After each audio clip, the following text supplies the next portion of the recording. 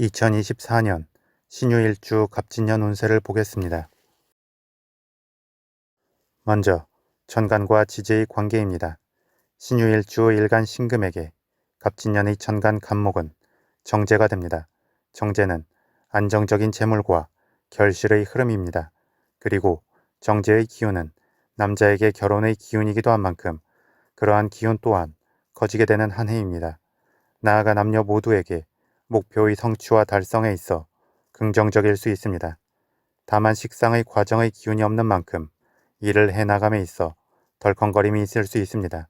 그래서 너무 혼자만 생각하고 결론을 내는 느낌으로 바로 가지 말고 주변과 소통하고 주변에 자신이 하는 일을 알리면서 움직이면 좋습니다. 또한 빨리 결과를 보려 하기보다 과정에 충실하면서 나아간다면 정제의 결실을 더욱 풍요롭게 만들 수 있을 것입니다. 다음 신유일주 일간 신금에게 갑진년의 지지인 진토는 정인이 됩니다. 정인은 편인과 달리 보편적으로 수용하고 포용하는 기운입니다. 그런 만큼 신유일주에게는 잠시 여유로움을 가지고 자신을 돌아볼 시간이 될 수 있습니다. 더불어 정인의 기운은 합격, 계약, 공부 등의 기운인 만큼 재도약을 위한 준비의 시간이 될 것입니다. 다음 신유일주 일지유금은 갑진년의 지지인 진토를 만나서 지지합을 이루고 금기운으로 변화하게 됩니다. 금기운은 일간 신금에게는 비겁의 기운이 됩니다. 그런 만큼 신유일주는 갑진년에 진토 정인의 도래에도 불구하고 적당히 안주하고 한 템포 쉬어가는 느낌으로 재도약을 위한 준비를 하기보다 갑목 정제의 목표와 결실을 향한 흐름을 더욱 강하게 밀고 나가려 할 수 있습니다. 이러한 느낌은 오히려 마음의 경쟁심과 성급함을 강하게 촉발시키면서 과도하게 목표와 결실에 대한 집착으로 이어지고 한 방을 크게 노리려 할 수 있습니다. 그런데 신유일주는 어차피 일주 자체적으로 간여지동의 일주인 만큼 재성의 흐름이 들어왔을 때 기본적으로 결실을 아우르는 힘이 좋습니다. 따라서 지지합을 통해 더욱 커지는 비겁의 기세를 타고 더 자신의 마음을 몰아칠 필요는 없습니다. 오히려 전반기에 강하게 결실을 향한 활동을 열심히 했다면 하반기에는 한 템포 속도 조절을 하면서 지나온 길과 현재의 상황을 재점검할 필요가 있습니다. 도끼로 나무를 벨 때도 계속해서 작업을 하는 것보다 중간중간 쉬면서 도끼날을 다시 갈고 나무를 베는 게 훨씬 효율적이라는 동화의 이야기도 있는 것처럼 무조건 넘치는 의욕을 다 발휘한다고 생산성이 더 좋아지는 것은 아닙니다. 따라서 신유일주는 갑진년을 맞이하여 갑목 정제를 향해 더욱 강해지는 비겁의 기운의 힘을 잘 제어하고 속도 조절을 할 때 안정적인 결실을 얻을 수 있을 것입니다. 하지만 과도한 욕심을 부리거나 필요 이상의 경쟁심에 매몰되면 열의 힘만 발휘해서 쥐어도 될 나사에 백의 힘을 발휘해 버렸을 때 나사가 부러져 버리는 듯한 느낌의 결과로 이어질 수 있습니다. 더불어 신유일주에게 갑진년은 식상의 기운이 작용하지 않는 중에 정제로 바로 기운이 흐르기 때문에 식상의 기운에 좀 더 집중하면 좋습니다. 이는 어떤 이야기에 서사를 더하여 스토리텔링을 하는 것과 같고 제품의 홍보와 마케팅을 추가하는 것과 같은 효과를 내게 됩니다. 즉, 자신의 힘이 발휘되는 속도를 조절함과 동시에 결과를 더욱 풍성하게 만들게 된다는 것입니다. 따라서 신유일주는 갑진년에 어떤 식으로든 끝맺음은 생길 것이기 때문에 앞서 빨리 답을 보려 하는 데에 집중하지 말고 단계적으로 일을 진행해 나가는 과정에 집중하고 주변과 소통하며 나아간다면 좋을 것입니다. 다음 신살의 작용을 보겠습니다. 신유일주 일지유금은 도화살의 기운입니다. 그리고 유금의 지장간 안에는 경금 겁재, 신금 비견의 기운이 내재해 있어 겉과 속의 모든 기운이 금기운으로만 이루어져 있습니다. 그런 만큼 신유일주는 시크한 듯 하면서 고집스럽고 주체성과 의지가 강하며 속으로 의문스럽지 않고 겉과 속이 같은 모습을 보이면서 사람들에게 일관적 느낌의 매력을 어필하게 됩니다. 다만 너무 솔직한 것은 때로는 상대방에게 직설적인 팩트 폭격이 될 수 있기도 한 만큼 그에 따른 구설이나 반감을 가져오기도 합니다. 하지만 일관적이기 때문에 의리가 강한 장점이 있고 차가운 기운인 만큼 대놓고 내색은 안 하지만 따뜻한 정이 그리운 일주이기도 해서 자신과 맞는 사람이나 자신을 인정해주는 사람과는 깊고 길게 관계를 이어가게 됩니다. 특히 신유일주는 일주 자체적으로 홍염살의 기운도 가지고 있는 만큼 신유일주는 단기적이기보다는 장기적으로 시간을 두고 볼수록 그 매력이 더하여지게 됩니다. 이러한 신유일주에게 갑진년에는 진토 화개살의 기운이 들어옵니다.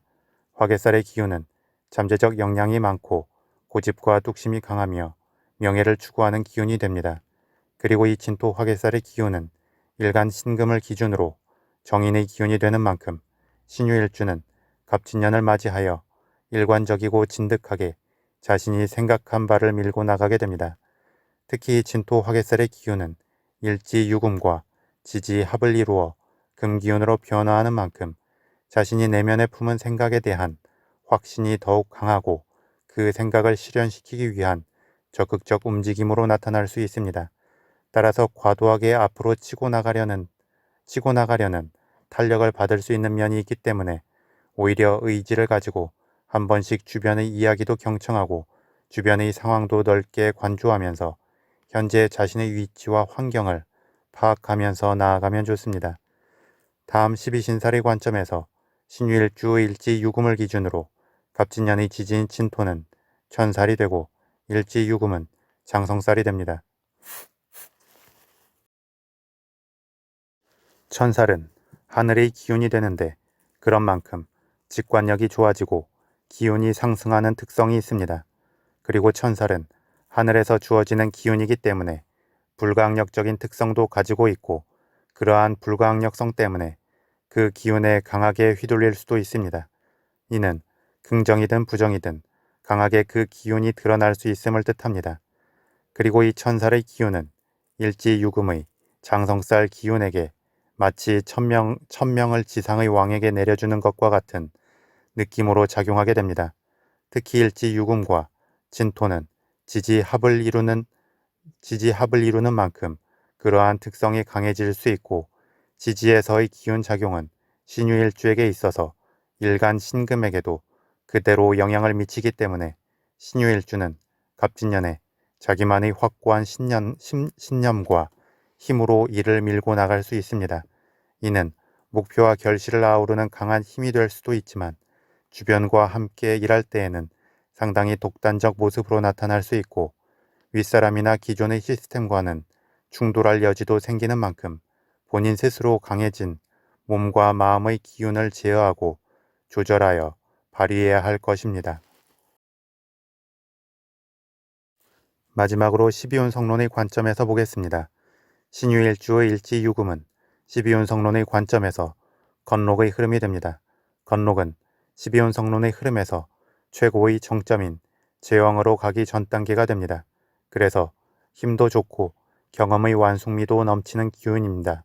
하지만 긴 경험의 시간을 거쳐왔다는 것은 융통성이 과다할 수 있음을 의미하기 때문에 어떤 면에서는 절대적 도덕률에 구애받지 않을 수 있습니다.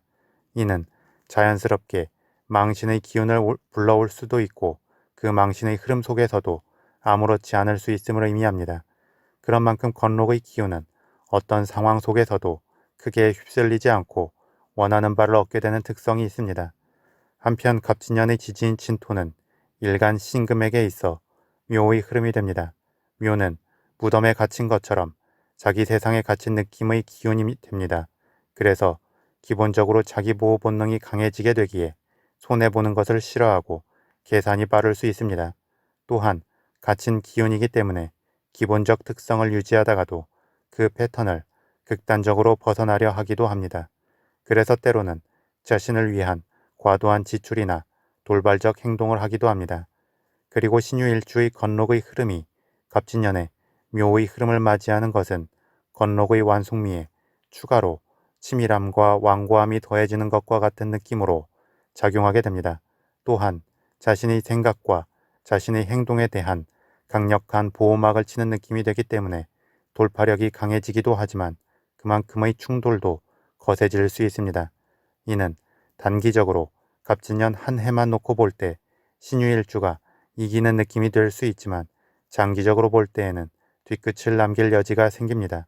즉, 주변과의 감정의 골이 생겨 갑진년에든 그 이후에든 뒤통수를 맞을 여지가 있다는 것입니다. 따라서 신유일주는 결과에서 본인 뜻대로 하더라도 그 과정에서는 최대한 주변의 이야기를 경청하고 소통하는 자세를 취하면 좋습니다. 어차피 결과에서 본인 뜻대로 할 거라면 그 과정에서의 경청과 소통이 시간 낭비처럼 보일 수 있지만 결코 그것은 헛된 시간 낭비가 아니라 자신의 결실을 더욱 안정적이고 풍성하게 만드는 투자임을 주지하면 좋을 것입니다.